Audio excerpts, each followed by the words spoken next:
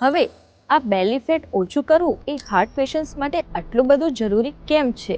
તો જુઓ, આ માત્ર નોર્મલ ફેટ નથી, આ એક વિસરલ ફેટ છે જે સીધું તમારા ઓર્ગન્સ અને હાર્ટની આજુબાજુ જમા થાય છે.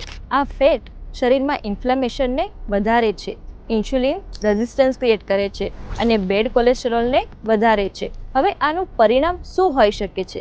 તો આર્ટરીઝમાં પ્લેક જલ્દી બનવા લાગે છે. બેલી ફેટ જેટલું વધારે એટલું જ બીપી, ડાયાબિટીસ અને હાર્ટ એટેકનું રિસ્ક હાઈ રહે છે. એટલે જ ફક્ત વેઇટ નહીં, વેસ્ટ સાઇઝ એટલે કે કમરનું માપ ઇમ્પોર્ટન્ટ છે.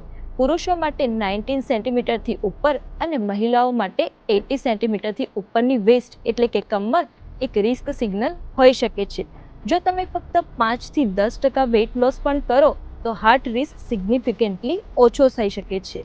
એટલે જ ડેલી વોક, શુગર કંટ્રોલ અને પ્રોપર ઊંઘ, આ 3 વસ્તુ બેલી ફેટ ઓછું કરવાનો બેઝ છે.